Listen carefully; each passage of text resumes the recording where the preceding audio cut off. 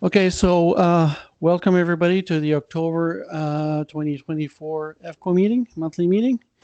We've got a fair amount of things to cover, so let's get going. The agenda looks something like this. We were going to talk about OC Transport bus procurement, but I ran out of time today. I wasn't able to do that, but we can talk about it in the roundtable if you wish to. So we'll talk about EV Everywhere. That's the first. The BluWave AI is here to talk about EV Everywhere. So they'll give us an update. Then we'll talk to Mitchell is going to present about what municipalities are doing for charging infrastructure. So this is based on the AMC conference, so the Electric Mobility Canada conference that happened in Halifax that we talked about last month. So Mitchell was there and he will present what he talked about at that conference. Then Karl will be talking about the JuiceBox. Okay, but you don't have, do you have a deck?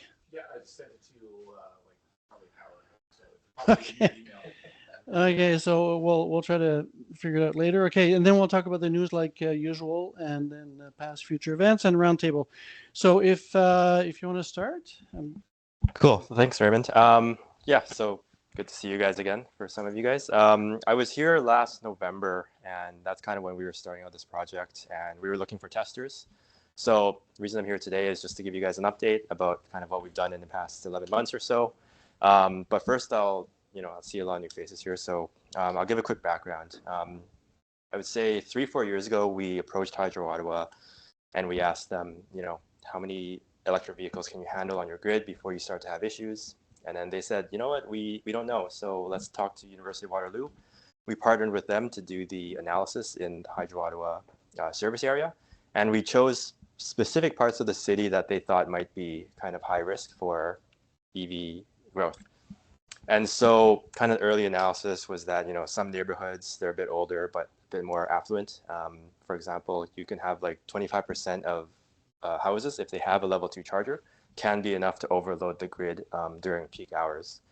And so when I say overload the grid, I mean like, transformers that are running hotter than they should, reducing their lifespan, and stuff like that. So, I mean, the first thing that Hydro Ottawa wants to avoid is to dig up all the lines, replace all the transformers, spend millions of dollars doing all that for the couple hours per day that people are going to be using it.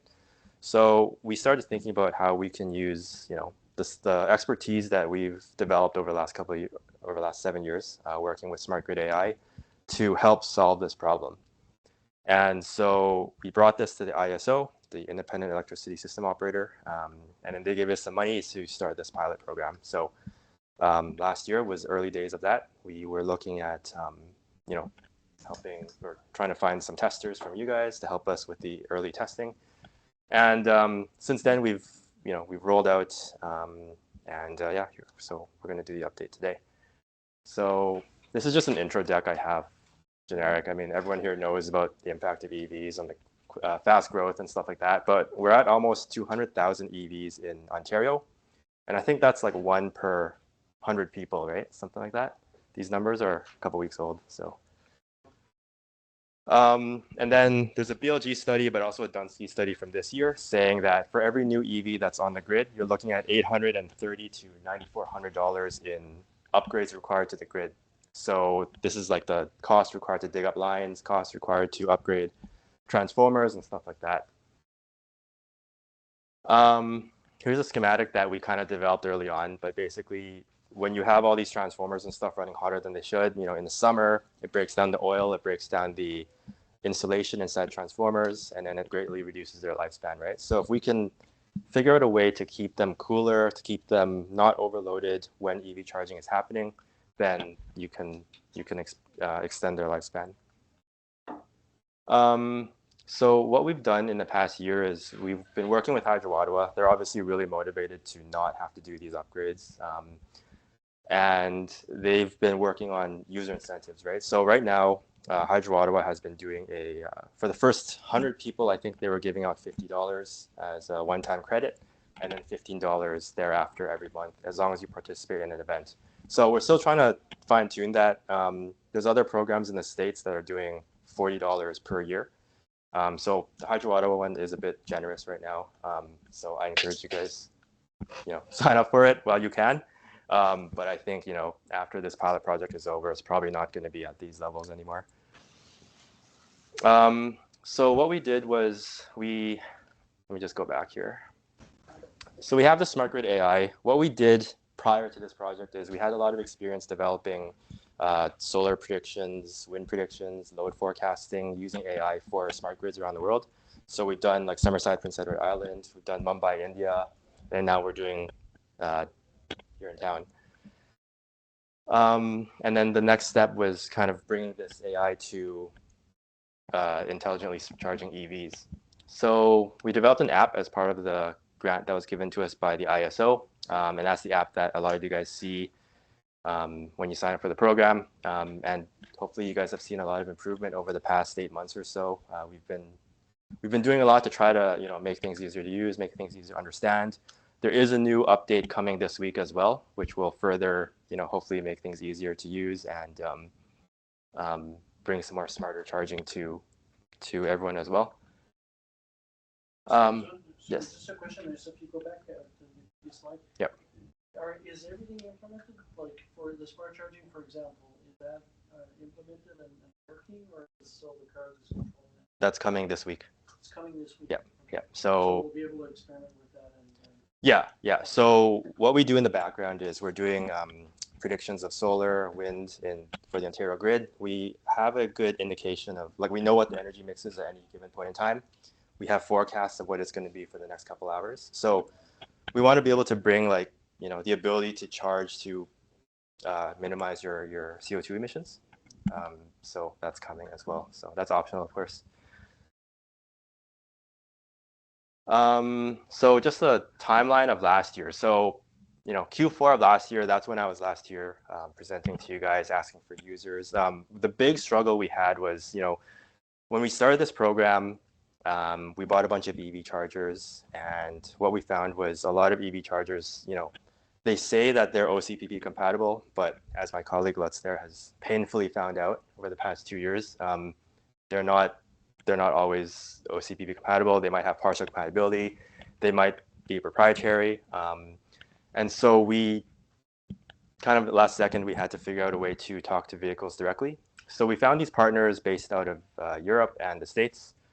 And they said, hey, we talk to vehicles for insurance purposes, for fleet context. Why don't we use that technology to talk to the EVs and turn charging on and off? So we did that. And that's where you guys came in last November. The problem that we found was that for every EV manufacturer, they all have different implementations in terms of how to talk to the EVs. But also for EVs in the US versus Canada versus Europe, they all have different implementations, even among the same EV manufacturer. So as an example, Hyundai, Kia, Volkswagen, they use something different in Canada. So all the development and the QA that our partners did in the States and Europe no longer apply here. So we kind of had to start from scratch, which is why this has been taking a bit longer than we had hoped. But we had the first beta outreach at the beginning of this year. And then since then, we've added Hyundai, Kia, we've added BMW, Mini, Jaguar, and an Audi as of last week. And then we're going to have more vehicle manufacturers coming soon as well. So that's the explanation for the delay here. So thank you, everyone, for your patience. So all the manufacturers, Tesla has one system worldwide, but everybody else has got a specific system, isn't it? Yeah, you know what? Tesla is actually a really good example here because they have the same implementation, whether it's Canada, Dubai, US, or Europe. Volkswagen's been really bad. Hyundai, Kia, they have a proprietary version for Canada. Yeah, so we're, rather than opening the floodgates for everybody, we're kind of taking it slow and. Yeah, but I just think the manufacturers need to think about this differently because why would all of this be different in Canada than the US and elsewhere? It just doesn't make any sense. That's a good question, and I wish I knew. It's weird, but yeah, we have something that works in the state, but it doesn't work in Yeah. different systems. Well, so Volkswagen with their charging system also, so Electrify America and Electrify Canada, they have different apps and all that. It's the same network, the same owner, different apps. Yeah, exactly. So are you communicating with charging systems Yeah, so we did a survey at the beginning of this. There's several hundred different models of EV chargers, right? Not all of them are smart. So I think on the fleet side, if we're talking about EV bus companies, EV taxi, that line of business, it's better to talk to the chargers directly. But there's OCPP is limited in that you can't necessarily get, there's no like identity. So for example, you can plug in the vehicle, but you might not know which vehicle is being plugged in. So it's a problem if you have a bunch of buses, right? You don't get vehicle state of charge with OCPP 1.6. And I think OCPP 2.0 kind of solves the issue, but hasn't really been widely adopted, right?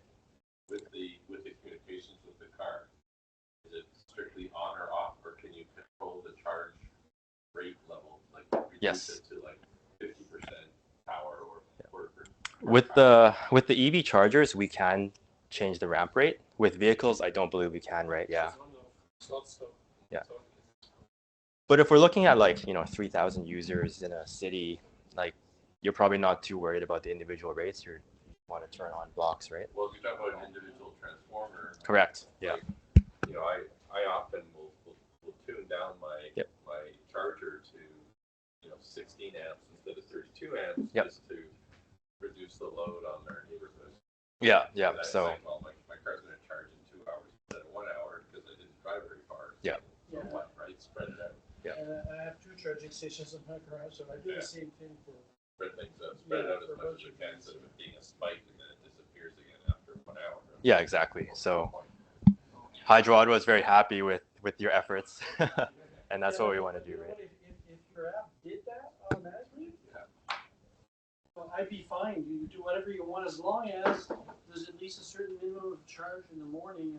And it Absolutely. doesn't have to be. Doesn't have to be full. It doesn't have to be full. It has to be unless I told you enough for my normal daily driving, and I'd be very happy, right? Yeah, for sure. So hopefully that comes in a future update. I think right now we're limited by what we can do through the manufacturer, right? So if Kia or Hyundai haven't built that capability, for example, then we can't do it.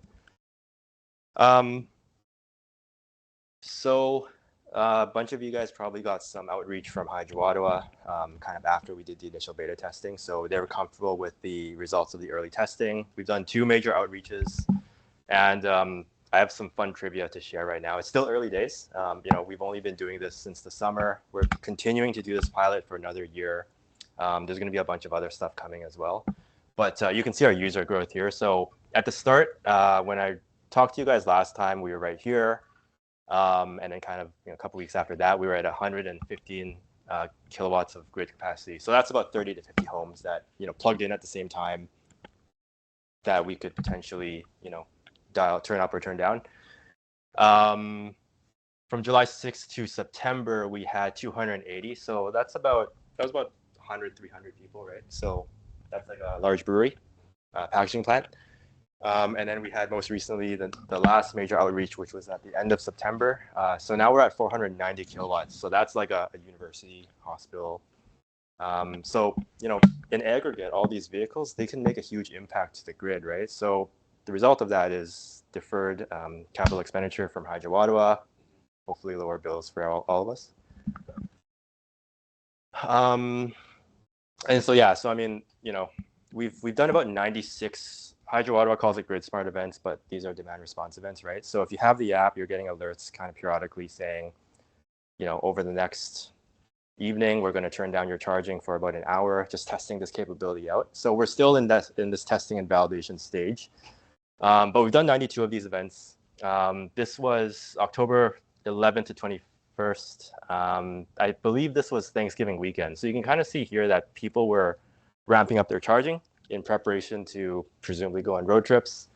But the difference between daytime and nighttime is about 3 to 4 times. So, I mean, that kind of makes sense. So right now we're kind of validating the communications channels. Everything's working. And the peaks would be in the evening, yes. Yeah. Yeah, or that's just when people are home, right? So, yeah. Is it evening or night? That's a good question. I didn't drill into it. Because the concern I have is given that a 30 or 32 amp charger is not uncommon and cars could support that. If people naively just plug in and start charging when they get home, we'll have this huge spike at, between 5 to 9 o'clock, and nobody will be charging at night. Yeah, yeah. And what we're trying to do is we're trying to get people to, by default, to charge at night, right? Yeah. And not just start at night. Don't all start at Don't all 11 start- o'clock. yeah, Right? Boom, at 11 o'clock, everything goes dark. And that's what happens when you have the ultra low rate, right? Like everyone in this room is pretty savvy. You guys are more likely going to be the people who tweak your schedule for according to time of use. But I think as we see more EV adoption, we're going to see a lot more people just plugging in whenever, right? Yeah, and that's where the challenge is, in my Yes. opinion, because that's where we have the legalization to start off with before even we're plugging in. Yeah, yeah, exactly. But you're only one way. You're only looking at electricity to the vehicle. You're not doing vehicle. No, That's the solution. Yeah, now I spoke to Hydro Ottawa. If they want to go there, they want to do other stuff. They want to control heat pumps and that kind of stuff also. But those are future phases. But absolutely, that makes sense. Now, one of the issues right now is that there's very few charging stations and very few people supporting. Yeah. So it's like the Ford Raptor, and I don't know if any other vehicles support that, right? So you're going to have the same problem that you did with the communications. Yep. If government doesn't say this is the global standard. Yep. They need to, right now, they're already 5 years too late. They need to create a global standard vehicle to start with. Yeah. Just a reminder that we have one microphone, so we might not be Oh. these other voices. Okay. The microphone around it. All right. Just a comment upon the ultra low rates, and I think you gotta. The issue is, do most people who have electric cars know about ultra low rates, like 11 o'clock, 2.8 cents a kilowatt hour, and your peaks there? It's hard to tell when they kick in, but probably people in this room, everyone's doing that. But with 200,000 people and 1 million by 2030. Is it something that's going to self-correct through education and people just becoming aware of it? I just don't know if we got the right read here on that or not. The solution to that is to have the hydro companies have programs that they manage, and they make it as easy as possible for people and just take care of it for them, right? Because when you start looking at all these intricacies, it's too complicated for most people. They don't give a damn about it, right? Yeah. And plus, you want to be able to control it to flatten out the curve as much as possible, right? Yeah, exactly. I'll in Raymond's point, just to add on, maybe $1 spent in education, so people are aware of that, or it'd be worth $10 instead of spending $10 on upgrading your grid and your transformers, and $1 spent in education, make it really simple. Yeah, absolutely. Yeah. So yeah, I mean, Hydro Ottawa is learning a lot doing this as well, right? They're figuring out, I think right now their biggest thing is to figure out what level to keep these incentives at, because $15 a month for everybody, you're going to blow through your budget very quickly. So yeah, my colleague Chris, he's in the back. He put together this data here. So I haven't seen this slide before, but sure, yeah. But basically what we're looking at here is each one of these series is a day of the week, and it's averaged over the past 3 weeks. And so, there's Thanksgiving here. Chris, I'm just going to let you speak to this because before I butcher your analysis. This actually kind of segues out of the question we had on the last slide regarding sort of where's the 11 p.m. mark relative to the peaks that we're seeing day by day. So this slide and the one previous both show vehicle plugged in data rather than power draw. I think that's important to keep in mind, right? So a number of people use timers. They may be plugging in earlier in the evening and not actually starting until the ultra low overnight rate's at 11. So it's probably not quite as clear from that data set as it might be from looking at the power data. But yeah, this is what we're seeing in terms of people actually physically plugging in their vehicles. So what this is doing is giving us a more zoomed in view of a single day. And we've also plotted it by weekday since we're starting to get to the point where we have enough data to look at these kind of trends. As Alex mentioned, this is only about a month's worth, so it's obviously not statistically significant yet to say this is what a Monday curve ought to look like. But we're starting work on it as the months go by. Sort of before the end of this calendar year, we should be able to start drawing some better conclusions specific to Ottawa about how the weekday trends line up with what's seen elsewhere in the world. What we noticed actually last week when we were going through this data was, you see the orange line here, this is Monday, right? And the government RTO day is Tuesday. And so what it looks like here is everyone just charging their vehicles before going to work. I mean, we kind of expect, Friday to be pretty high as well, because everyone's charging in preparation for the weekend. And then we kind of expect Sunday to be pretty high as well, right? For people getting ready for the week. So anyways, I mean, we'll be back with an update hopefully in a few months once we have more data here. Just one point. I guess you're assuming that people will charge depending on their activities the day after. I think it's more the opposite. At least in my case, what I do is I will charge it to a certain level every day. And if I use more because I'm going to the college on a weekend or something, I'll charge it back up more, right? I don't do it proactively, I do it reactively, right? Right, okay. I do it with my car, it's 10%. Okay. So there's some people like Because the 20%, I'm like, I should probably plug it in. Yeah, so in my case, I plug it in almost every day, right? Yeah. Right. And do you guys charge back to 80 in that case? Yeah. Well, it Unless depends I'm on the going car. somewhere. So I've got two different cars. Yep. One has got NNC batteries, so I charge at 80. One's got LFP, I charge at 100. Okay, interesting. Most of the time it's 80, but if I'm going on a road trip on the weekend or whatever, then I... Okay, but overall your pattern is reactive generally? Mine is totally reactive. Okay. Totally reactive. So maybe the Monday we see is people who ran out of charge over the weekend and Or could have done something on the weekend and Yeah. they're charging. Well, if it was Thanksgiving Exactly, Monday, then yeah. people were doing like going places. And Yeah. So that, But then again, this is just plugged in time, it's not charging time. correct. So if people's cars stay at home for Monday because they're working from home, the car's plugged in while Yeah. they're at home. yeah, It's not a surprise. Potentially, we've heard a lot of people, like in some of the comments we've seen coming back in, and also if you can make out the percentages on the y-axis here, a lot of people don't plug in every time that they're at home or all the time while they're at home. I think there's a perception that it draws extra energy, that it's bad for the battery. I think there may be some opinions within this room even about those topics too. But we believe a big part of what we're going to have to do long term with this program is educate drivers and encourage them to plug in more and incentivize them to plug in more often, because a vehicle that's only plugged in a third of the time is 1/3 of the asset to the grid that it could be if it were plugged in all the time, in terms of having that Unless you want controllable your load. vehicle to grid, yes. Yes. Eventually when we get there, yeah. And just, I understand this might be a little hard to make out, but we have midnight on the two ends of the graph here, a 24-hour cycle in between. And the y-axis shows percentages topping out at 40. So on average, we're seeing a maximum about of 1/3 of the vehicles that are enrolled plugged in at a time. Yeah, I almost So there's- never plug in unless I'm going to charge, Okay. because I have to back into the driver to plug in. yeah. Is that the only reason? Pretty much, Just because you have to back in? Okay. Well, it's because like otherwise I just drive in and then Yeah. like I've got enough charge for tomorrow or whatever, so I don't bother plugging in. Okay. Yeah. Yeah, but my thinking is I don't necessarily know what I'm going to do the next day. So if I have it at 80%, Yeah, but I have like 300 kilometers of I could range. do it on my smartphone, right?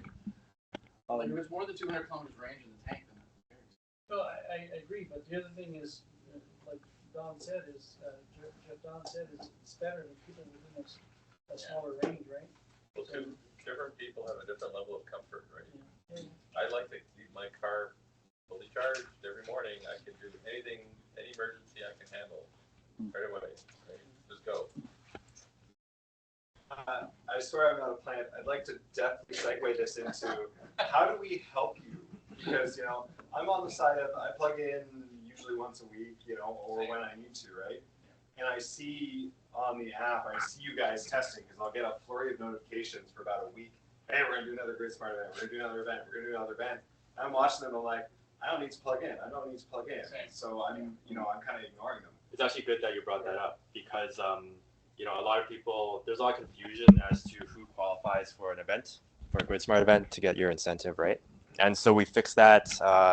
There's going to be a new FAQ in the app, new messaging. But basically, up until this point, you needed to be plugged in while that is occurring to get that credit. So, Chris, maybe you can speak a bit more to that. Yeah, so should I be plugging in every night to help you guys out? Like when I see a flurry coming in, should I start plugging in more often? You just need to be eligible for one event that month. I don't care about my credit. Okay. I want to help you guys Yeah. test. So the more you're plugged in, the better. Okay. But we've only got maybe a dozen people in this room, right? We need to work on the Ottawa populace as a whole. On social media, we have Yep. people asking questions all the time. Oh, so that's we can perfect. encourage Yeah. them, right? Good point. Okay, so you want us plugged in as much as possible. Yeah. And do you mind that I schedule it to only charge between 1 a.m. and 7 a.m.? We don't mind. Ideally, in the long run, we would have greater control over when energy is going into your vehicle, which would mean eventually we want to build trust with users to the point where they're willing to hand over to us, when that charging happens over the course of the night.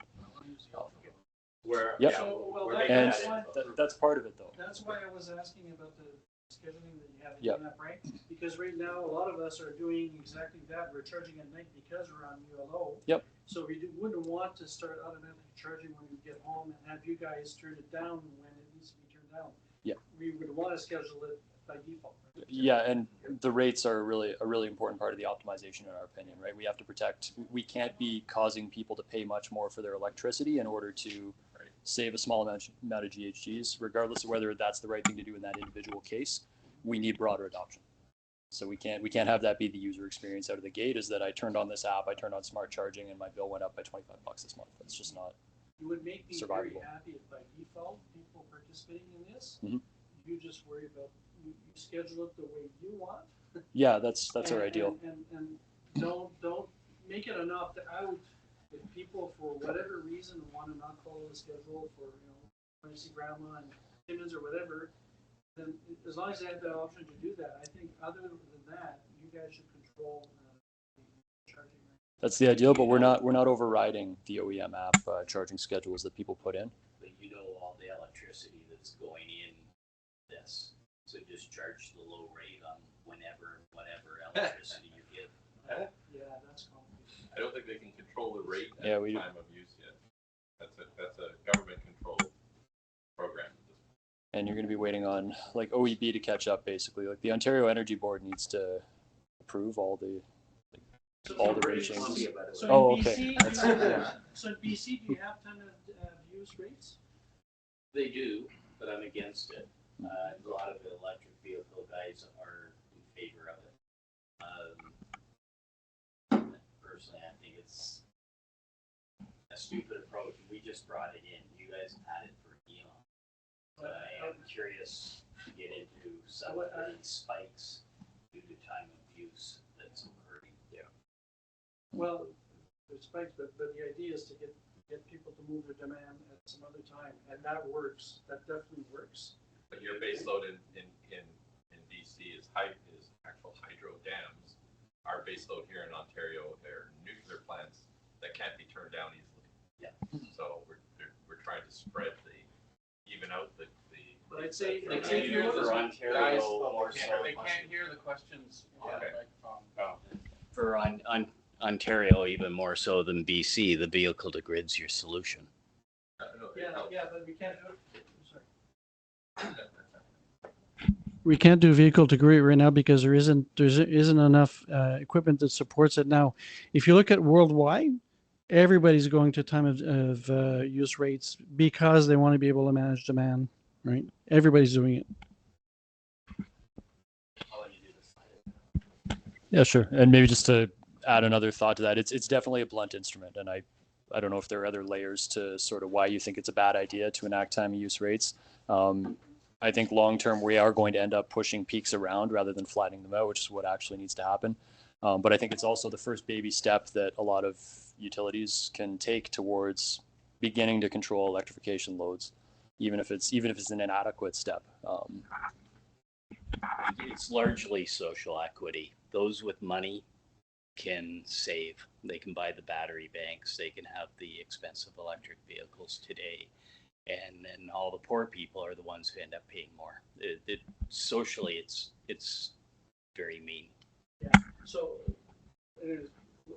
let's park it. But you got a good point there. You got a good point. Have discussions in roundtable after. Yeah, so one of the critical things for us is figuring out how much curtailment capacity we are able to offer in the event of when we want to run a demand response event and deliberately curtail instead of just sort of softly influencing people's charging patterns. We need to get a handle on how much curtailment we can offer per X number of vehicles enrolled in the program. And I'm saying enrolled here, not plugged in, not actively communicating with the app. because we need to have these kind of stats built up in order to go to other utilities and spread this thing out across Canada and ideally North America in the next year or two. And what we've seen so far in Ottawa, I think, is very promising. We don't have 1,000 vehicles enrolled yet. We have, I think, 177 last time I looked at the dashboard. But what we're seeing from our Grid Smart events or DR events that we've been running since June is that we're getting an average of about 1 megawatt of curtailment per 1,000 EVs equivalent. So this is kind of the standard unit we're using to take this around to other utilities, which I think is really good. Like Alex has a slide coming up, I believe, that shows a little more detail about what does 1 megawatt mean in practical purposes. But it's a lot of load to be able to move off the grid or move to another more advantageous time with relatively few EVs enrolled. So I think the Ottawa market has in the area of 8,000 to 10,000 electric vehicles today. There's some overlap with, yeah, okay. It's no more than 20,000. Okay, Ontario's just under 200,000, and yeah, in any case, like we're never going to have 100% enrollment on the platform. That's not a realistic goal. But if we can get upwards of 25% within a large city, we have a pretty serious ability to curtail load and shift load around. So it's every vehicle is making a pretty serious impact through this.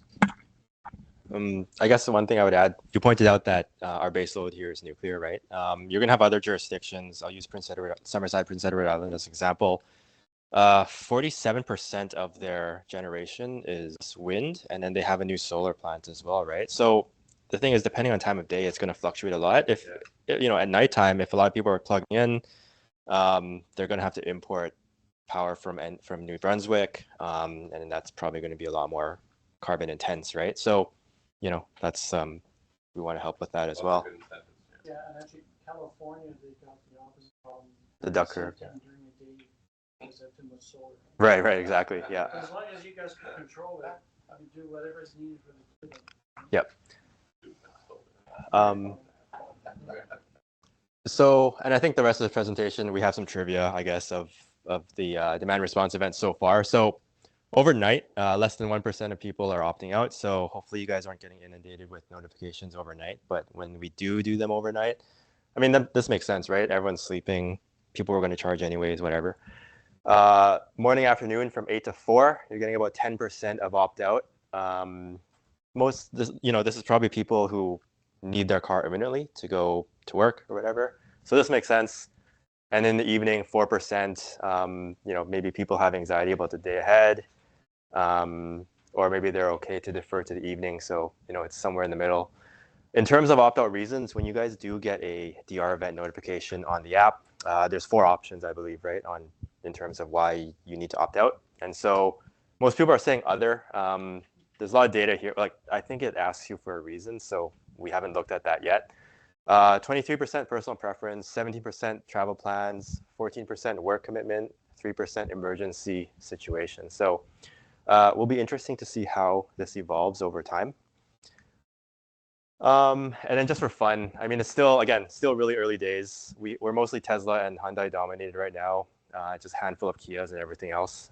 So in terms of opt-out, like participation percentages, 11% Tesla, they're opting out. So this is probably pretty realistic.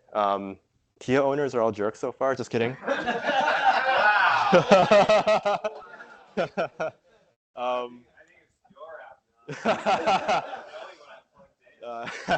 No, I mean, and that's the thing, right? We only just got Kia on, right? So I think over time, it'll probably be closer to Tesla. Same with Hyundai and BMW, right? So still early days. I made sure to say up here that's still too early to draw any conclusions. That could just be one Kia driver.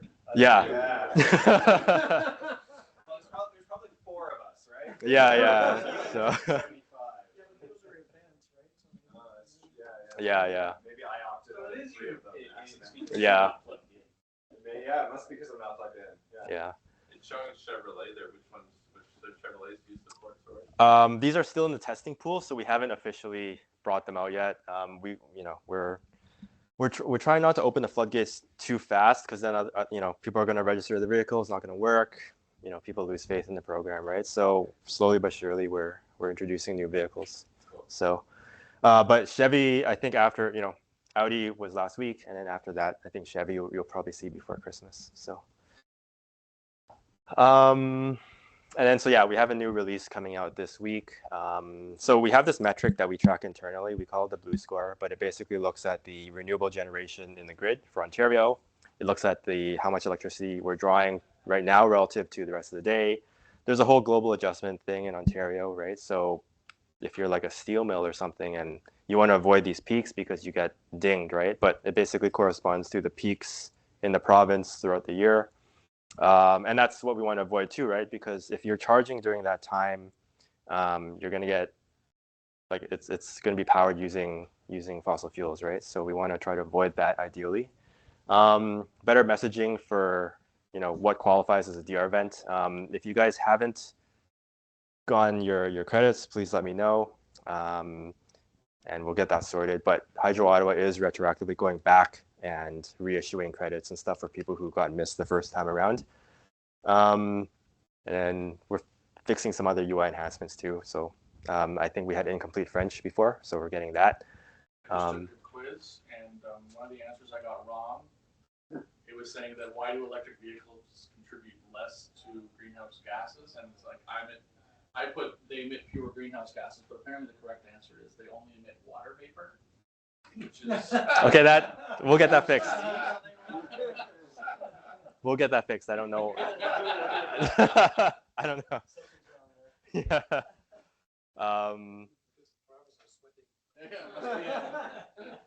Yeah, that's weird. Sounds like the hydrogen. Somebody stole the quiz from a hydrogen. Yeah, it must have been. Okay, having said that, thanks again for everyone who's been helping us over the past year. Iron out the kinks here.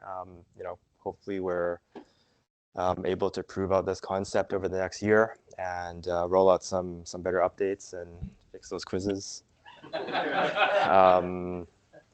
And yeah. If you want more participants for different models there, I think I mentioned to you guys before, we have one Facebook group that's got 2,500 people, but also there's other people that I was thinking of, like OREC, for example, you're aware of, right? Right. A lot of people in OREC had EVs, right? Mm-hmm, and there's over 1,000 members now, so those would be probably people would be interested in participating, right? So, Yep. So if you're looking for more people. For sure. So I just want to add one more thing, and then we can do a Q&A.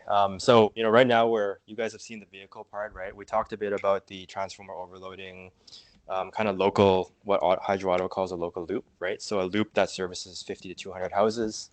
What we're doing at the same time is we're also testing front of the meter batteries. So procuring giant batteries, installing them on the grid, like not behind the meter, so not on a campus or someone's house, but like actually on the grid at the distribution level. And then working on strategically injecting power into the grid to mitigate some of these bottlenecks. So that's all going on at the same time.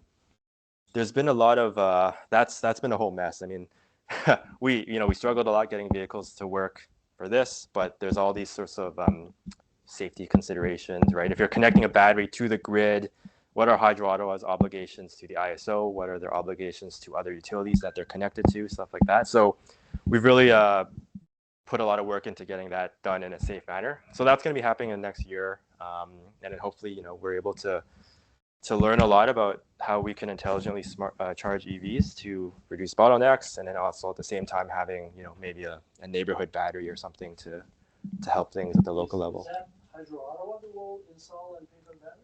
Is that the plan? Correct. As part of the same program that is funded by the ISO. Yeah, so we're working with a partner, Moment Energy. They're out of BC. And so they're recycling old EV batteries for this purpose. So OREC, again, they're working on some project like that too. Okay. I'm not sure exactly. Okay, interesting. Yeah. I just have a comment. Well, hey, can I see after we're done here, just take a look at my app. I guess my comment, I think you guys are doing great work helping Ottawa Hydro understand what's out there and what the issues are. And I think sometimes we get carried away in this vehicle to grid. And I think it's a great idea. However, some people don't. And one of those people is called Elon Musk. It's what's in it for him. And last I looked, the majority of the cars sold in North America are Teslas. And I think you're going to find problems across the spectrum with respect to that type of issue. It's like robocars. It's not just the technology, it's the cultural issues behind it and the regulatory issues. I think people underestimate how difficult it is to navigate those waters.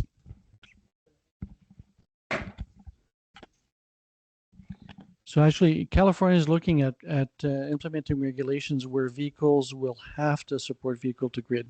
Okay, so there'll be some regulation that'll do that. Now, we're seeing some manufacturers, not Tesla, but other manufacturers offering various V to X options, right? So the vehicle to load that you guys have in the Kias and the Hyundais. And the Lightning that's got some capabilities there, and there are a few others, right? The Cybertruck has it too. Actually, the universal wall connector from Tesla is bidirectional capable. The normal one, like the one I have, isn't for some reason. But anyways, so progress is starting to happen there. So and you know, I think part of the solution or part of the challenge will be to figure out how to incent people properly so that they will want to participate, and it will be a natural thing for them to want to do that, right? The big thing for me, you know, is like if you're discharging my vehicle, you're adding wear and tear to it, right? So what we're doing, turning on and off charging, we're not adding extra tear to your vehicle, but if we're talking V2G, that's going to be a whole other thing that we're going to have to overcome, right? But I guess I can't really speak for Hydro Ottawa, but what I can say is based on my observation of working with utilities so far, a lot of this infrastructure, right? We're still in like the 70s, 80s, and 90s in terms of smart metering infrastructure. I think one of the utilities told me, they're in the process of rolling out a bunch of new smart meters, and there's like one company in North America that makes them, and they're back ordered for several years, right? For Hydro Ottawa, some of their assets were able to get readings instantaneously. Other assets kind of closer to the distribution level, we're getting sometimes several days or a week later, right? So in terms of having situational awareness of what the grid's doing right now, that's a challenge, right? Even before we get to V2G, that's an issue we're going to have to help them solve. So cool, thanks. Yes. Yeah, so in British Columbia, they recently brought in time of use, and I provided input where I theorize that you're going to have artificial peaks that will be more damaging to the grid because you do have so much ongoing technology that's coming on stream now. And I'm curious whether Ontario's starting to see that with more electric vehicles, more power walls, more capabilities of shifting your electrical draw at time of use. So 5 minutes after time of use rates, you are shooting up. If so, with your app, are you planning that into when you don't have the electric vehicles on your system charging so that they're actually not drawing during those peaks? It's on the roadmap. In terms of whether that's happening right now, I think it's still too early. We're working with Hydro Ottawa, Ontario Energy Board, and hopefully they'll be able to tell us soon. But I mean, it's a good point. Yeah.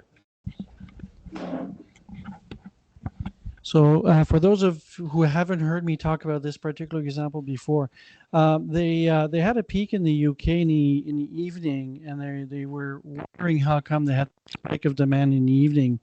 And what they ended up finding out is that one of the very popular shows, when they would go on Coronation Street, when they would go on commercial, everybody would make tea, and that would create a spike on the network. So it's not just EVs that are causing that. Now, the one thing that I think is interesting to try to address that is, and this is what I try to emulate with my cars. If you set your car to be charged by a certain time, the car can't accurately to the second determine how long it'll need to charge, right? And depending how much you've used the day before, it will more or less randomly start charging when it needs to start charging to be done by the certain time, right? So you don't have this sharp spike at the beginning, and you don't have a sharp drop at the end, right? So maybe that's one of the things that you could consider to try to address that. Yeah, for sure. Yeah. Any other questions anybody else? I guess that's the complete buy instead of start now.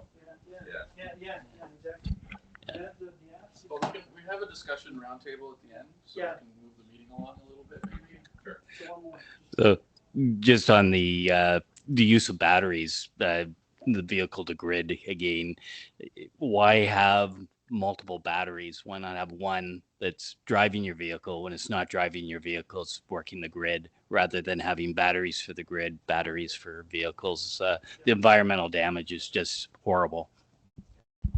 That's actually one of the reasons we have the batteries, because VDG is not ready yet, and we wanted to learn. Hydro Ottawa was very interested in learning, okay, if we do have VDG, what's the effects of injecting power back into the grid, right? So yeah, for now we have the batteries. Hopefully one day we have VDG. Yeah, and actually, the problem's a bit more. It's not just EVs that are the issue there. So there's a lot of areas in Ottawa where they have constraints on the grid, and one of the way to get around the constraint without having to build a new substation is to put batteries that are charged overnight when that substation and that grid is not very busy, right? So there's a wide variety of applications. Your point, though, generally speaking, I absolutely agree with you that it doesn't make sense when we're going to have in the future so much capacity in the batteries in the car. It doesn't make sense to have all these other batteries that are just used only for that, right? So absolutely. Okay, well, thank you very much. And yeah. And again, I think you saw that we're eager to help as much as we can, right? So we really want this stuff to work, right? So if there are future things you want us to work on, we'd be happy to. Oh, sorry. Let me just talk about that for a second. I forgot I put that in there. The reason I put that in there is that I was talking to one of the guys from OREC today, and he let me know about this feature that OREC has where you could go and put what you have in terms of green technology. Okay, so I've got my the vehicles. There's one there. There's another one further down. You see the heat pump, water heater, and central air heating. Okay, so the idea here is what they want to do is they want to have an inventory of people who have this stuff, and based on the address and all that, they're going to refer someone else, a neighbor or something, to talk to you about what you have. Okay, so this I think is something that most of us would be interested in. So if you are an OREC member, I think you have to be an OREC member to put the stuff in there. Okay. Hey Raymond. So, yep. On the OREC stuff there, do you want to share it with me, and we could put it in the community newsletter of the city? Sure. Let's talk about that offline, okay? And we'll maybe OREC would like to provide something, right? Yeah, if you've got the contact from OREC who shared that with you, I can connect them directly. Yeah. Okay, we'll do that. Okay. Great. So this is the same conference that Raymond attended. At that conference, I presented alongside 3 other municipalities, a university, and the Toronto Parking Authority, which is arguably the city of Toronto. And we presented on the topic of what the new role for municipalities is when it comes to EV infrastructure planning. And so on the next slide, it's just sort of an output of what I'm talking about, which is that presentation I did alongside some of the lessons learned from those stakeholders. And then I also had 2 other sessions that I attended that were related to lessons from accessibility leaders who spoke about accessible charging stations and some future trends and predictions that also came out. So on this topic, if you go to the next slide, there's a couple of things that came out from not just my presentation, but others. But the real thing was to try to identify what the roles and responsibilities would be for municipalities. And so there's going to be a role for the city to play, and arguably what the third party or private sector is going to deliver. So municipalities are really set up to share information and prioritize and create plans for how these infrastructure projects will roll out over time. So those 4 topics on the left sort of speak to that, where we share an idea of where projects or future projects are going to go. We identify roadway renewal projects where on-street charging installations could happen, prioritize those projects based on feasibility, and then establish an asset management framework to make sure that they all continue to operate throughout their life cycle. The third party or private networks would sort of assist the infrastructure planning because they've been doing this for a lot longer than we have. They understand the demand projections. They already have drivers who can provide information to them through their channels, and they've already got a history of engaging with utilities to make sure that their projects happen in a reasonable amount of time. They also, well, hopefully, are able to maintain that infrastructure to a high level of service, or in this case, reliability, so making sure that they're available to people when they need them. And they also have a whole host of staff that are able to assist in design, construction, commissioning, and arguably the ongoing operations processes for that. So leveraging their expertise in the area alongside the city's role in making sure these projects align with the vision of the city as a whole, sort of the distribution of those roles and responsibilities. In the next slide, just a couple lessons learned we had as we went through this process. And this is again stuff that's shared amongst the 3 different municipalities I had alongside me. But staff that you work with in the municipality are usually going to be really big supporters of your initiative. They're willing to work with you on a lot of other things that aligns with the work that they're already doing. There's senior management opportunities as well, so they're typically the ones who are making decisions, or at least supporting decisions that are being made. And then there's private market opportunities that are becoming a more important part of not just, say, electric vehicle charging, but also other climate change solutions that exist, whether that's renewable energy installations, whether that's planning out energy efficiency projects, communicating these ideas to residents as well. There's a vested interest from them to make these kinds of projects happen.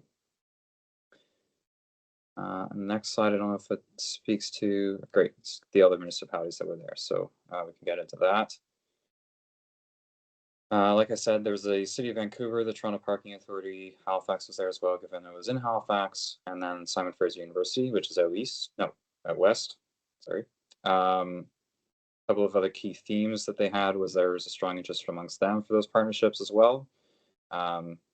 Moving past the sort of first stages of these installations, so innovators or people who are early stage technology adopters are generally willing to accept sort of the pitfalls or the speed bumps that come along with these kinds of technologies becoming more mainstream. The reason they don't become so mainstream sometimes any faster is because the next stage of those groups is not as willing. So making sure that we can make these projects align with that next stage of the technology adopters is going to be a key challenge for us to address. And then finally, that also lends well to focusing on making sure there's amenities for people to use alongside where these charging stations are going to be placed. Putting charging stations in the back corner of a parking lot or in a parking ride isn't going to be as attractive as putting it in places where you're surrounded by a whole host of things to do while you wait for your vehicle to charge. Sort of in line with those 3 things, I think I spoke to a bunch of these already, but I think the key thing on the partnership side is it allows you to scale your infrastructure in a way that you wouldn't be able to do so if you were doing it exclusively by yourself.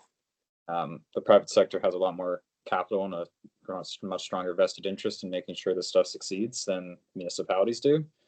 And so they're more willing, I think, to work alongside you to make sure that they're able to deliver their projects in a way that's sort of not just compatible with their existing business, but potentially reach new customers in new ways with the support of the city.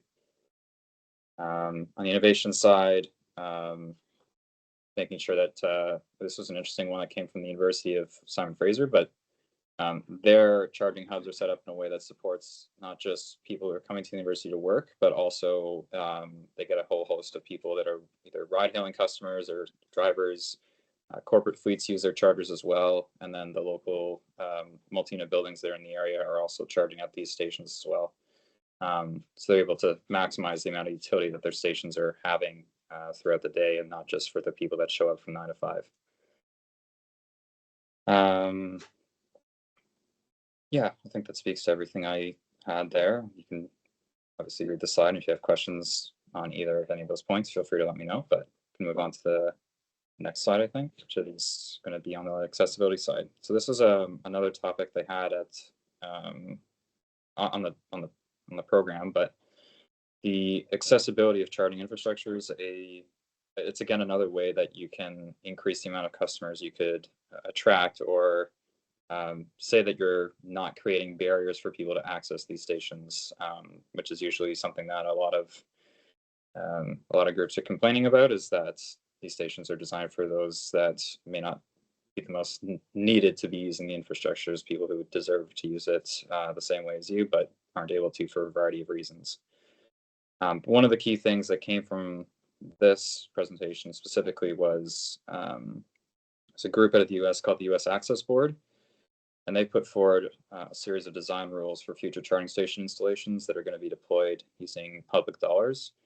And that is a legally binding standard for any kind of installation at a public accommodation site. So that's going to be sort of your shopping malls, your rec centers, your multi-unit buildings as well. But anytime there's a charging installation that's being done using public dollars, they should be designed to an accessible standard. And so on the right here, you've got a example of how that design looks. And that design includes an access aisle, height of controls at the right height. You've got bollards that are spaced equidistant apart, so you can have access to the station without being, for wheelchair users, being able to go between them. And then having a ramp that leads down to between the roadway and the sidewalk, so that you can access the path of travel to where you're trying to visit. If you move to the next slide there. Flow was there as well, as they were talking about their next hardware innovation. So you've probably heard this, or at least I think Mike's probably shared something about it, but Flow was there talking about the process they went through to innovate on their next hardware iteration. So they're building systems not just for today's users, but also future needs of all kinds of other groups. And there's all kinds of reasons why somebody may want to use these stations. And they need to sell people on the vision of what it will look like. So it's going to align with not just those early stage people, but those that are looking to adopt in the future. The key thing that they like to highlight here is the original design, which I'm sure we've all seen before, is basically just a metal box with a tiny little screen on it. Kind of looks like arguably it's the ugliest thing they've invented, is I think the word he used.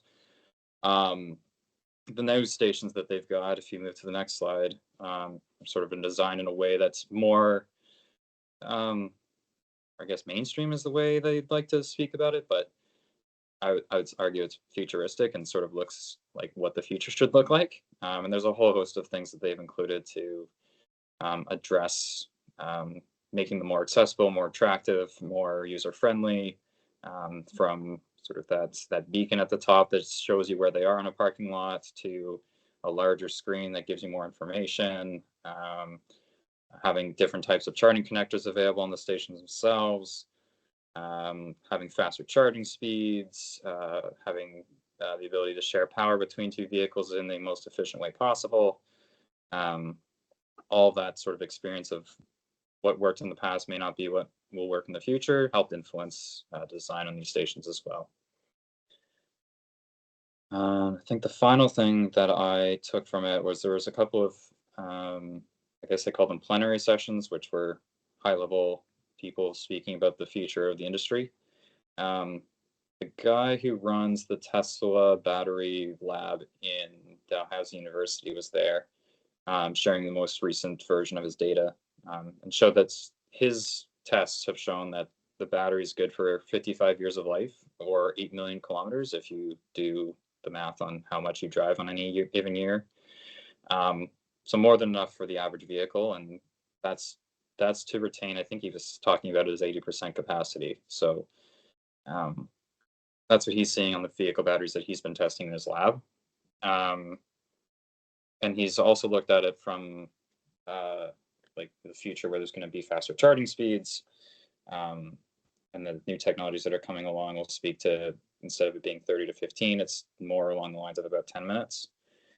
And then this last one is more aligns with the municipality focus, but it was something that was echoed by not just the accessibility topic that I was into as well, but there were other guests at the conference who were speaking about what it's going to take to get more of these stations into more types of users. So if you don't know this already, the City of Ottawa is doing a new zoning bylaw update, and in part of that zoning bylaw update, they're including a requirement for EV readiness in new construction.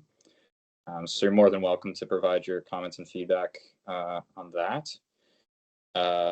They're also looking at roadway redevelopment, facility renewals, new business permits for ride hailing. That was an interesting one out of Vancouver, as well as Toronto, where in order to retain your business license, you will have to provide a some level of electric vehicle as part of that, and it'll be increasing over time, which is another way to incentivize that transition. And the last piece there was about creating these communities of practice, one of which would be a municipal focus of community of practice, but various industry groups can also create communities of practice, which basically allow people to share lessons learned and avoid pitfalls and build things out in a way that sort of aligns with the best practices that have worked well in places that align with what you're doing as well. I think that's kind of everything I had. Thanks very much, Mitchell. Does anybody have any questions? Just a quick one. Hi, Mitchell. Great presentation. Steve Bailey here. With respect to zoning for EV infrastructure, are you getting any pushback from other actors in the, whether they're politicians, developers, anybody else? What's your read?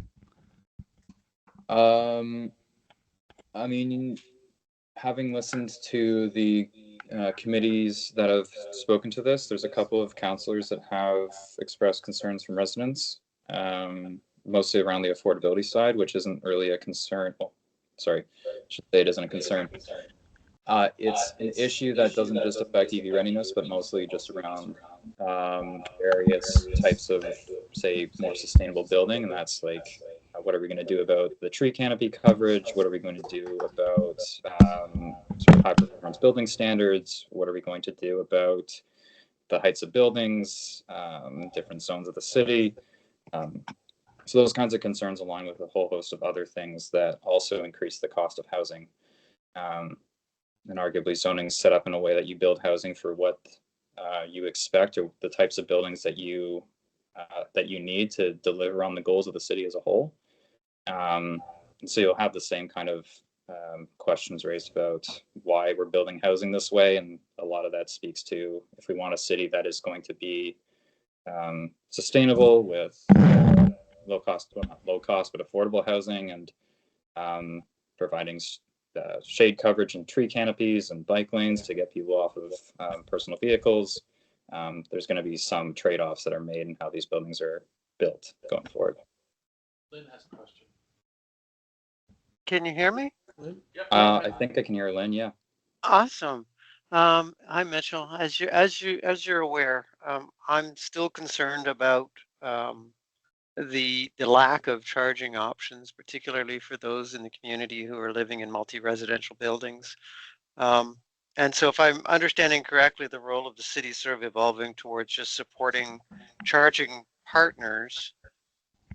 How do citizens or community associations get sort of our concerns in front of those partners so that they can start looking at developing options in the individual communities?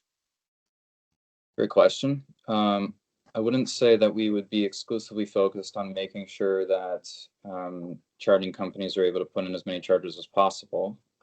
What we also would see a role for the city in being responsible for, similar to how we set policies around how zoning is done and what buildings get built where and how they're built. We would also have a series of standards we would put in place for where and how charging stations are installed. So like I was saying about the accessible charging stations, we would like some of those stations that are put in by private developers to be accessible for everyone. And similarly, we would like to have, we may look to support the installation of charging infrastructure that wouldn't necessarily be the ideal location for somebody who's going to do this on their own as a private sector installer. But we may be able to get them to use either city property or various types of other community focus groups may want to put some of this forward as well, and have sites that wouldn't necessarily be the first choice for a private business, but would provide an opportunity to give charging to people in areas that wouldn't see it otherwise if it was left up to the private sector alone. And so that might be through, it might be a monetary contribution, it might be a promotional contribution, it might just be providing the resources to offset some of the construction activity that's required, or potentially integrating it with the renewal of a facility as an example. But any kind of tool that we have in place to make it easier for a private company to choose a location that it more aligns with the needs of the community would be sort of the role the city could play there as well. Right, but that's not in place today, so this would be down Currently the road. not in place, but it's how we were envisioning how the city can work with the private sector to deliver options for people outside of where you would imagine most charging stations would go, which is going to be along highway corridors or areas that are intersections of major highway corridors. It's sort of where we're seeing a lot of them go today, and we would like to see more of them in more residential areas or in areas that sort of meet community needs more generally, as opposed to commercial districts, perhaps. Oh, I'd love to see that, because I talked to the owner of the commercial strip mall where the library is located, and they have no interest in doing it. But it's a city library there. Why can't we have charging? Because it is a city facility, even though it's just leased. Things like that would be lovely to see. It's the same thing we have in like the library you're mentioning there. Like we have other libraries across the city that are leased in strip malls. For the one I'm thinking of is in Elmvale, which is the intersection of like Smythe Road and Saint Laurent, if you're familiar. But there's a library there that's in part of a strip mall that's got a grocery store. It's got a variety of, say, eateries. I believe it's got a daycare involved there too. But like that kind of multi-purpose site where there's like the city is one landlord, but the city's not the landlord. The city is one tenant, but there might be other tenants that might benefit from this kind of installation as well. And sort of talking through the options of, does this make sense in this location? Is the landlord willing to cooperate? Are there levers we can pull to make that type of installation happen? Those are the kinds of things that would sort of build into how we would like to work with the private sector to expand where these stations go, as opposed to it being sort of pretty much dictated to us by where a private sector developer wants to put them. I would love to see that. Thank you. Yeah, so the deadline to give feedback on the bylaw changes, I believe, is later this week, isn't it, Mitchell? The feedback on the first draft is, I believe it's either this week or next week. I think it might be. I think it's either the 30th or 31st. That's what there is going to be an opportunity to provide feedback on the second draft, which will be going forward end of this year, early next year. So so I would encourage people who are interested to provide some feedback. There's a lot of stuff that that Mitchell didn't talk about that you might be interested in. So Mitchell alluded to the requirement for some charging, so that's part of it. Now there's a requirement for institutional and commercial properties also to have some charging. Okay. Yeah, that one so is 30% of all parking spaces would be. Yeah, and actually, my belief is actually that's too high. But anyways, that's another story. That would be for. Sorry. I was not responsible for setting that target. Yeah. No, I know. I think it's based on Toronto, and because I think Toronto has that in their HDPS. Right? It is a tier 4 requirement in the Toronto standard, I believe. It's either tier 4 or tier 5. So it's not a requirement for them, but if you achieve that, you can avoid doing something else, I think, is the way that Toronto works. Yeah, now there's a large distinction between public charging versus charging at home, right? And in your assigned parking spot. And you talked about Dunsky a bit earlier. Actually, no, it's you guys who talked about Dunsky earlier, right? Yeah, okay. we probably read the same report. I just didn't make mention. Yeah, and Dunsky, actually, they say that we're going to need 700,000 public chargers by, I believe it's 2035. Any way you slice and dice the math on that, I believe that number is very much overstated, because if you think about a future where people would charge at home, okay, so including condos and rentals, okay, that's happening more and more, and we expect that will happen more and more over the future. Then who else is using the public infrastructure, right? I mean, we'll need more, a lot more than what we have right now. That's for sure. There's no doubt. To Lynn's point earlier, Blackburn is particularly problematic there because you have some people who don't have access to charging. They live in rentals where there's, they're not likely not to have charging in the near term. So they need something, right? And we've got this chicken and egg problem where people are saying, well, nobody's got an EV in the garage. Why should I provide charging? And then people are saying, well, I'm not buying an EV because I don't have charging in the garage, right? So there's a lot of work to do there. But the other thing that's happening there is that there's other things that are in the bylaw. For example, with battery electric storage systems, which we just talked about a bit earlier, there's some restrictions that some groups would like to see there. But anyways, bottom line is, we want those systems to be, we want some flexibility as to where they could be located, because they will provide a service to the grid. They will, make the grid more reliable, more resilient, and electricity less costly. So we want that to happen. We also don't want to inadvertently exclude things. My favorite example there is agrivoltaics. So I don't know if I think most of you know what that is. I actually found out that in West Carleton, there's at least one agrivoltaic operation already there. Okay. But if you look at the way they're writing the bylaws, they want to prevent any green power generation on prime agricultural land. Well, agrivoltaics should happen on prime agricultural land. It's just that you're doing agriculture as well as generating solar, right? So I think it's important to try to highlight these things and make sure we don't inadvertently paint ourselves in the corner, right? So any other questions on what? Yes. So accessibility, I was pleased to see that you had a whole section on there. In British Columbia, a lot of the electric vehicle groups are becoming more aware of accessibility problems. Even with the flow example you gave is problematic.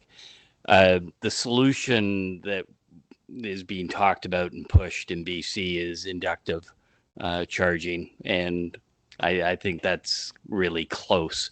So is that in the plans as being something that can be easily plugged in and go with the work that you've been doing? The inductive technology is definitely one of the ones where it's a simpler overall integration. You basically bury it underground, and then you never have to use a cable, block a roadway, plug in a vehicle. Any of those objects basically is not required. I think we would leave it open to how those stations are made accessible. Like ultimately you'd want the same accessibility features that are for your traditional accessible parking stalls. So in those cases, you'd have that same access aisle, the same access ramp, the same slope characteristics. And hopefully with things like plug and charge, you wouldn't need to interact with that station in any way. That would just sort of speak to the car and you'd be on your way. It's a much cleaner integration of how that accessibility can be developed into a site. So I think as long as the technology continues to develop and it becomes more mainstream, I think there's definitely the opportunity for it to address those accessibility concerns. We wouldn't, as a city, we don't really have the tools to say you must do this versus that. We can basically say we need to meet this standard, and no matter how you achieve that standard, then you're meeting it in some way. Yeah, but the focus for you is more making sure there's enough space for the wheelchair and things like that, where you're not squeezed between two vehicles and not even able to get to the plug, right? That's a big portion of the effort on your side, right? Yeah, I mean, the biggest thing is making sure that there's an access aisle, so you have the ability to get in and out of your car. If you need a wheelchair, that there's an access aisle for you to get to the sidewalk that brings you to where you're trying to go. The installation of that, say, that charging cable doesn't actually impede or is not a hindrance to you. So like the cable management system has to assist you rather than hindering the ability to connect to the vehicle. The height of the control should be at a height where you can access them if you're in a wheelchair or not. So all of those things get built into like the design standard that we would have in place for any of these installations, both at facilities as well as in the right of way. The actual technology and how that system works to deliver that accessibility is all up to the actual installation company. Yeah. Okay, so let's move on. Thanks a lot, Mitchell. We'll have Karl talk about our friends at JuiceBox and Enel X. All right. Okay, so this is kind of a sad charging story. I'm not sure if it's working. That one. If not, you can just do it manually. It's okay. All right, that's fine. So basically, Enel X Way North America on October 3rd announced they are closing doors and going back to Italy. So they basically saying goodbye to the North American market. So that gave everybody literally a week to figure out what the heck they're going to do. This impacts their North American operations for both the home-owned EVSEs as well as their DC fast charging infrastructure, so level 3s. Okay, oh, I went backwards. I'm going to go forward. I just broke it. I just broke it. Just the arrows this way? Yeah, that. All right. And we'll go back, and we'll go. There we go. So just that one. That one. That one. Oh, the arrow's gone. Okay, so what is the impact? Well, this is really bad. The EVSEs will still work, but will become a dumb charger without app support. And there's one little detail. If you've put a schedule into your JuiceBox, it's stuck because there's no way to adjust it anymore. Because basically when any software-defined charger, you basically are not talking to your device with the app. You're talking to the cloud. So when you send, here's my schedule, that schedule goes up to the cloud and then back to your charger. So without the cloud, you no longer have any control over that charging schedule, so it will be frozen in time. Unfortunately, DC fast chargers for Enel X are in a worse state. Once their servers are shut down, all the DC fast chargers will just stop working. They just die. So the couple thousand, in some cases, couple $100,000 chargers, they're just dead in the water. There's no back-end servers, so they can't process payments. They can't manage charging sessions. There is literally nothing there. So there's a lot of people screaming. So what do we do?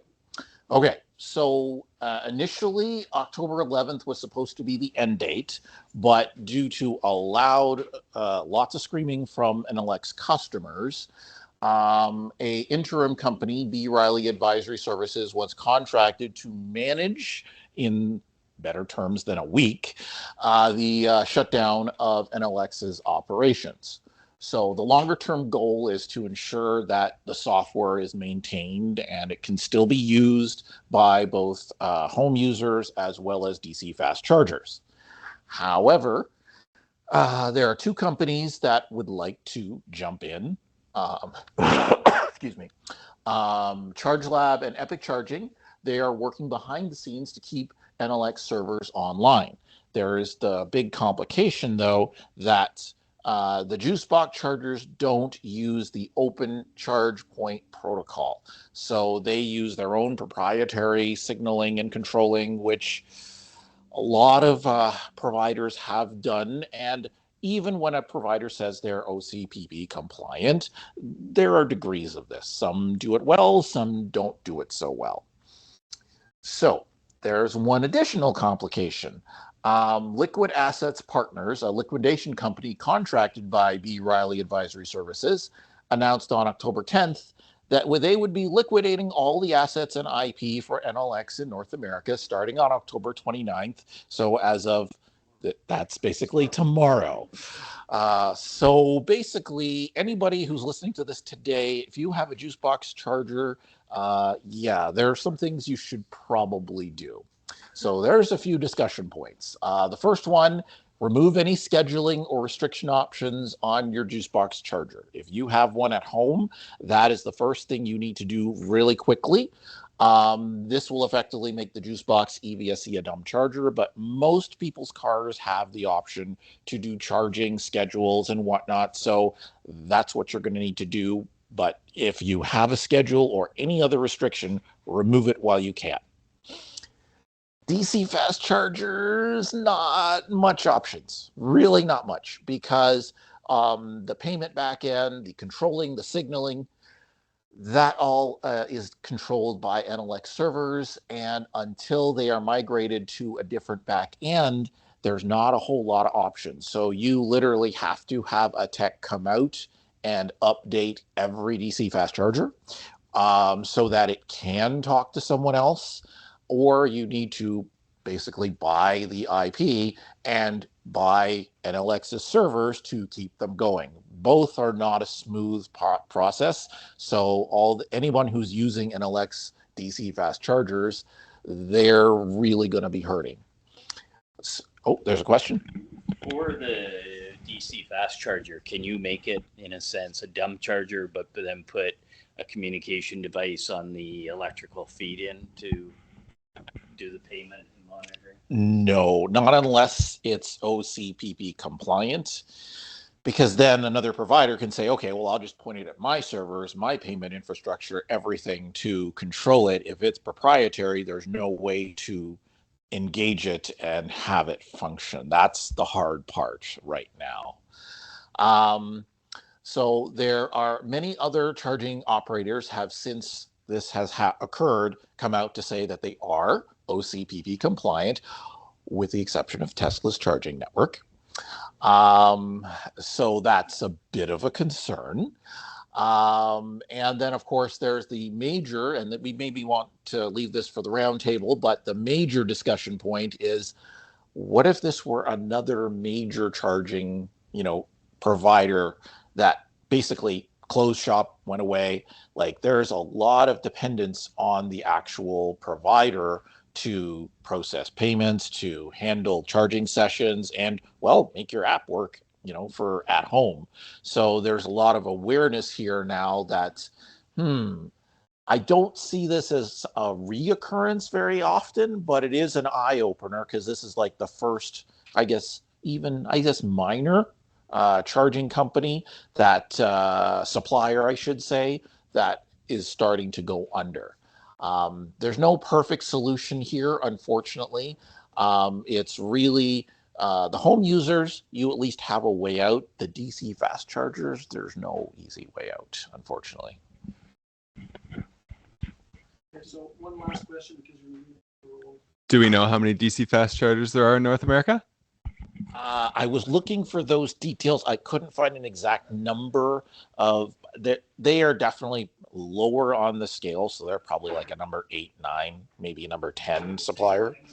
Yeah, they're a little bit more in the U.S. than in Canada. So it's a very shocking eye opener, and there's probably some discussions we can have afterwards. I will hand it over to Mike. I need everyone's favorite segment, the news. The news. Okay, so we always start the news with interesting EVs in the wild. So this is from our Facebook group. Dan Tilt was, where was Dan? Somewhere? Japan. He was in Japan, and he saw a very rare car, 102,000 Canadian. It's the RZ450E F Sport. It's a Lexus, apparently. They've only made 100 of them, and so he saw one. And then Mitchell noticed that Verdun has some bright drops, and I actually saw one of these driving down Heron. So Verdun has, so their salespeople have Model Ys, And now it looks like their delivery people are getting bright drops. So good for them, going all electric, which is awesome. Okay. In the big news, Scout Motors, if you haven't heard of them, they used to exist before I was born, and they made SUVs. They actually invented the SUV in a way, and then Ford copied them with the Bronco, and it was a whole thing because they wanted to make a better Jeep, basically. So they built an SUV that was like a more comfortable Jeep, and then Ford copied it, and then it sort of became a thing. So Volkswagen, through a long series of funny events, ended up with the IP of Scout Motors and decided to resurrect the brand as a North American only EV brand because Volkswagen famously has no trucks because the Germans cannot figure out how to make pickup trucks, apparently. So they've tasked the Americans to do that. And so Scout has been designing this for the past couple of years, and they just revealed their vehicles, and they are awesome. They're a body on frame with a solid rear axle. The motor is on the rear axle. There's a locking differential front and rear, independent front suspension, all-wheel drive, huge tires, 3-foot wading depth, 1 foot of ground clearance. Deliveries begin in 2027. They're supposed to be around 69,000-ish. We'll see. Canadian. That's Canadian. I converted it from American Yankee bucks. EV range is 560 kilometers. They do have a range extended version for the more hesitant among the customers, where they stick a little motor in the back. So they remove some of the battery, and they have some sort of motor, and everyone's sort of thinking, okay, what's in the Volkswagen toolbox, like the parts bin? And people are thinking it's probably going to be a boxer motor because it has to be very low profile, so it can't really be an inline. So people are thinking it's probably a boxer motor, and that'll give it 804 kilometers of range with a 241 kilometer EV only range, and then the motor kicks in. So the gas motor will not drive the wheels. They're all electric. It's 2 electric motors. The range extender is just there to make electricity. Basically, it's like a diesel multi-unit electric train. So I might have put in a pre-order for one. And I did tell my wife this time, so because last time I bought the Ioniq 5, I just sort of pre-ordered it and then let her know a few weeks later. But now, she knows, she's on board. Until this afternoon when I looked up the specs and found out that it's actually wider than the Humvee, like the original Hummer. It's 5 inches wider than a Humvee and about a foot longer than a Humvee. And I'm like, okay. So I'm like, hey, hon, you remember how big the Hummer was? And she's like, yes. I'm like, so the Scout's 5 inches wider. And she's like, no. So I might have to trade it. Like, I don't know what I'm going to do. I'm going to keep that reservation, though. So anyway, yeah, I ordered that. All right, next. Hey, I didn't use all the time yakking. So they're going to use a direct-to-consumer model. So they're going to copy the Rivian. They've actually partnered with Rivian. Volkswagen gave them a bunch of money. This will be good. The VW dealers are annoyed because they've been asking for pickup trucks forever. But 49% of VW dealers indicated they're not excited at all to sell EVs. So I think they dug their own grave there. Direct sales model reduce dealer markup issues that the Bronco and whatnot experienced when they were limited production. So there you go. Okay. Yeah, so Volkswagen has partnered with Rivian. Volkswagen's giving Rivian $5 billion. And in exchange, Volkswagen gets their architecture, like the systems architecture, where the components talk to each other, and the software, because Volkswagen really sucks at software. And what Rivian gets is a whole bunch of money, which they need, capital, but also access to the Volkswagen parts bin, so they can get cheaper window controllers and doodads. So it's like a win-win for both. So this has the zonal architecture that Rivian has. This is actually the first platform outside of Rivian to use Rivian's zonal architecture. So yeah.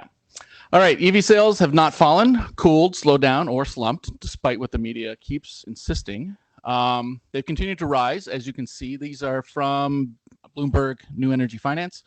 What has been declining are gas car sales. So fossil cars, as we reported in the past, peaked in 2017 and they have not recovered. All of the growth in the industry is coming from EVs. So this is 2015 to 2026 is the forecast. This outlook this year. 2024 then? Yeah. Yeah.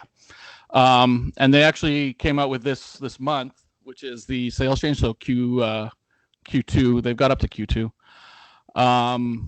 And so Tesla is actually seeing negative growth, which is not great, but everyone else is seeing some positive numbers. Year over year growth has slowed, but that's like the rate of growth. So it's still growing. It's not accelerating the growth, which people don't really understand the nuance, but you can't accelerate your growth forever. Like that's not a thing, right? So this is normal. This is what markets go through. Growth starts to slow down as markets saturate. Obviously, Norway has hit 96.4% of all vehicles are EVs now. So obviously their growth rate has dropped significantly. Now it's down to 10%, right? Because they can't keep growing at a 50% increase. But some brands are also experiencing issues, and those are more brand-specific issues. Mostly GM, Volkswagen, and Tesla. And Ford to some extent. Actually, no, Ford's doing okay there. Yeah, because they dropped their prices. They figured out the whole supply-demand curve thing. Econ 1000, there you go. But yeah, Tesla's got some issues, probably because of Musk and his newfound red hat. Hyundai Casper is a low-cost EV that has been spotted in the US now. So people are wondering, Hyundai announced this, and it's a $23,000 car in US bucks. And they're selling it in Korea. They have plans to sell it in Europe. It's got 315 kilometers of actual range, not the European range. And so now they've added a cheaper version, which is 20,000 US as a new model. And so in Korea, it can be as cheap as $7,300 if you have incentives, like the Korean incentives. So it's a $7,300 car in Korea. And now it's been spotted in California, like on the road, just driving around testing. So there's some optimism that maybe it's going to be a global car, because Hyundai did say it was going to be a global car, but they usually leave out North America with these things. But we'll see. So there could be a cheap, affordable car.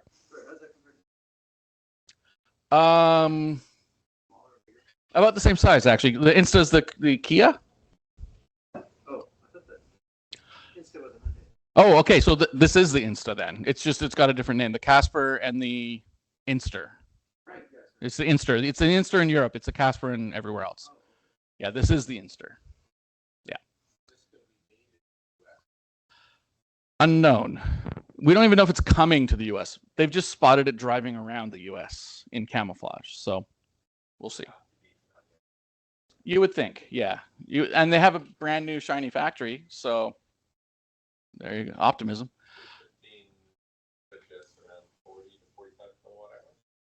Something like that, yeah. Decent range, like not terrible, especially for a $20,000 car, right? Like,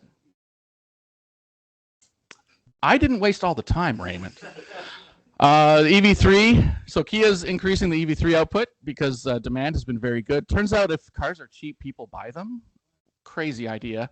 So the $30,000 version has 350 kilometer range. Long range version has 500 kilometers of range, and it's $34,000. So it's an eGMP car, and it is expected to debut here in early next year. So that is coming to our streets.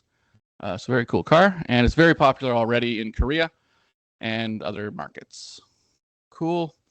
EV6, for those who have that, there's a new version, so buyer's remorse time kick in. It's launched in May in Korea, launched last month in Europe. It's going to launch next year here. It's got a bigger battery, so 84 kilowatts up from 77.4. Official range goes up to 494, but as we know, Hyundai Kias are always under-reporting the range, so this is well over 500 now. Launch is expected before the end of the year. Got new headlights. ID7 has been delayed again. Volkswagen only sells one EV. It's the ID4, and its sales are slowly dying. This is a flagship sedan that they're currently selling in China and Europe. They're facing declining sales, probably because their dealers don't like selling EVs. And yeah, ID4 slipped 58% in Q3, which is not great. And so the dealers are weary of this electric sedan, and who's going to buy it? It's a $50,000 car, so I don't know, Volkswagen, get your act together.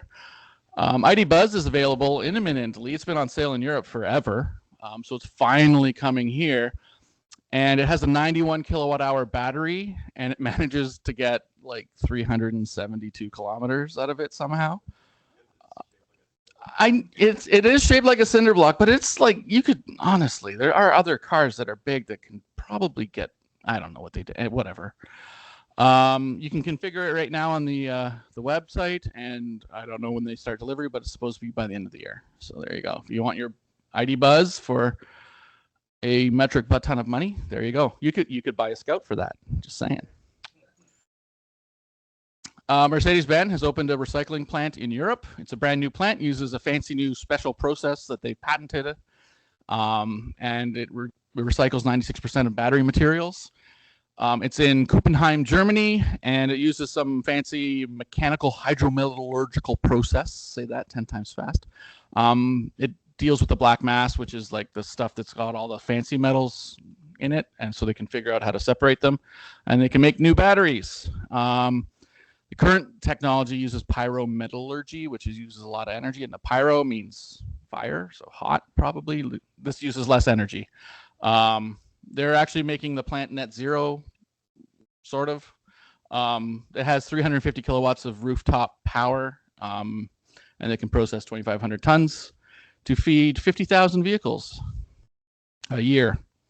So that's good. If you have a Rivian, I'm jealous because this is your new dash. It's the kit. They have kit, and they also have the Back to the Future mode. So you can do the Knight Rider or the Back to the Future thing. Very cool. They also have a Scary Yeti. It's for like Halloween. These are limited time UIs, but whatever. It's neat. They got some new interior lighting, and the kit mode, even though the light bar on the front of the thing goes back and forth like kit. Yeah, it's so cool. Whatever. Who cares? It's awesome. And they also have some actual like software updates. Ford E-Transit has reached price parity with the gas version at Ford. So like when you go to order one, you can get gas or electric and they're the same price. And it's cheaper if you factor in fuel and maintenance. And the battery's at 89 kilowatt hours now, so they've upped it from 67. They also have some new trade packages, Sam. There's an electrician trade package.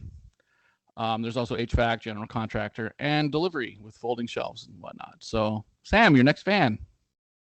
He's not even watching, I'm sure.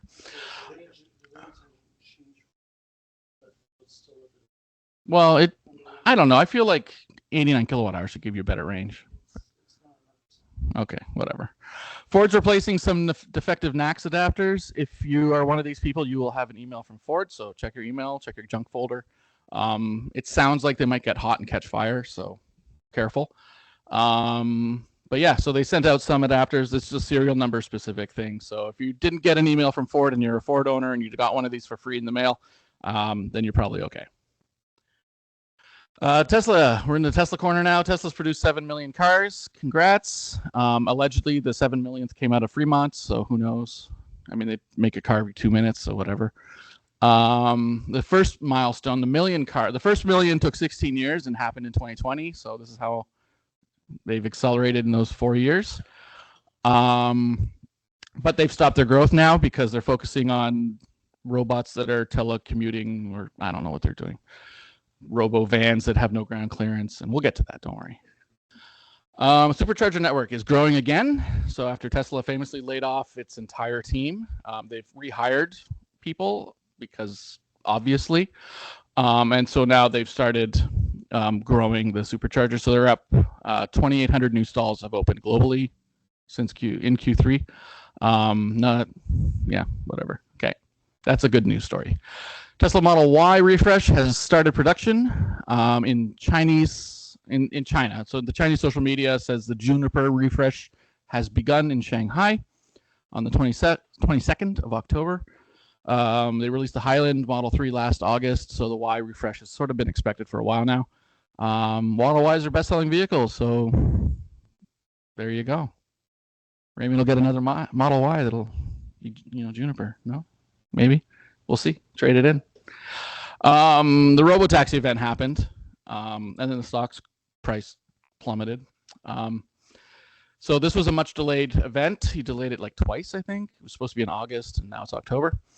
This robotaxi that he was revealing was supposed to be released in 2019 and on the road in 2020, and they'd have 1 million of them. So that obviously happened.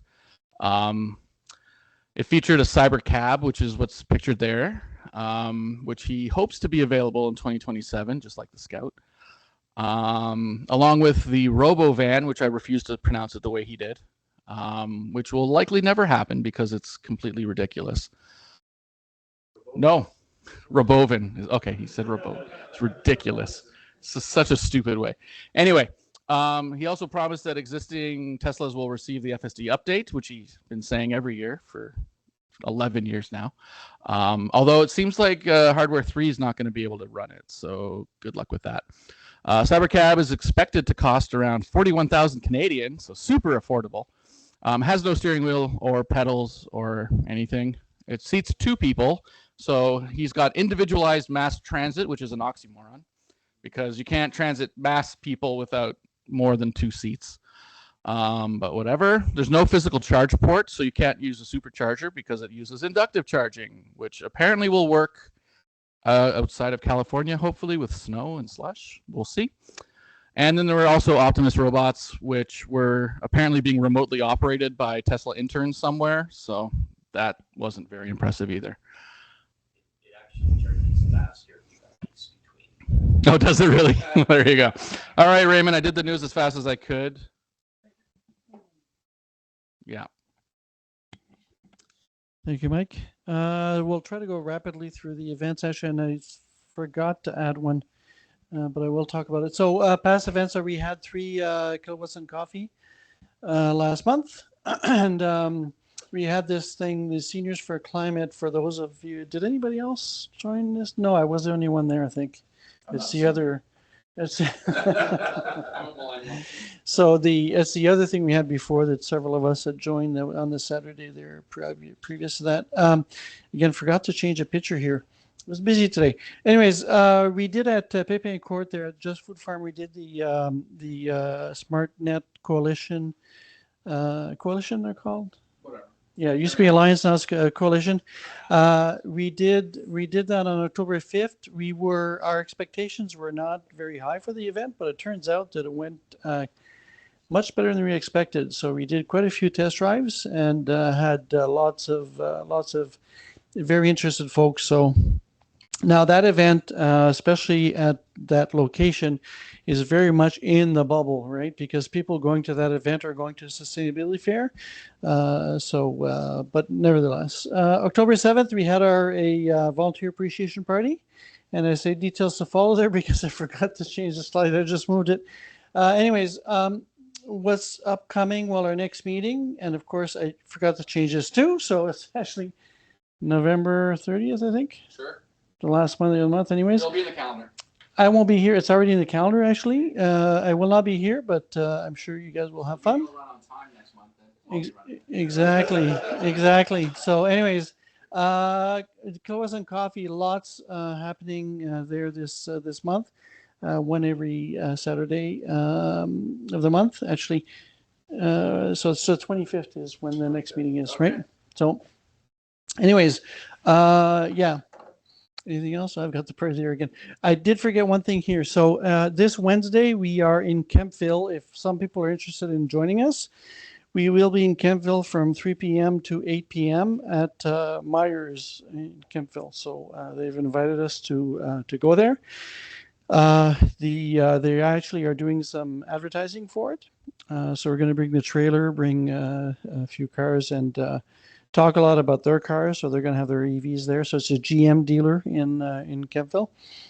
So today, actually, the Moose FM, weird station name. Anyways, they interviewed me, and they're supposed to be running ads featuring me so that people will know that they could go to the event and not just talk to to a salesperson, right? Okay, so if anybody's interested in joining us for that, be happy to have any more people. I haven't checked today. I was going to check, but I haven't had time.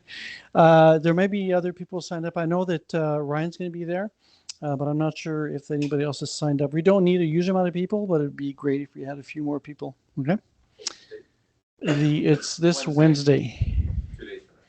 2 days from now, yeah. Okay. So any questions? That's it, I think, actually. And I've got the membership, obviously. So if you're not a member yet, you're more than welcome to go to do that. And of course, our EVCO YouTube channel. I updated. I put up videos. Okay, so the subscribers, I think, is over 100 now, isn't it? Hey? So anyways, if you're not subscribed, please subscribe. That always helps, right? Exactly, yeah. So, but the point is to be able to have some place where people who can't join us in person will be able to see the recordings, right? So, and that is it. Now we don't have a very long time. No, go ahead. Okay, so if you're watching us on live, you can stay and we'll do a bit of a roundtable. But if you're watching us on YouTube, this is where your video ends. So feel free to like, comment, and subscribe, and we will see you next month.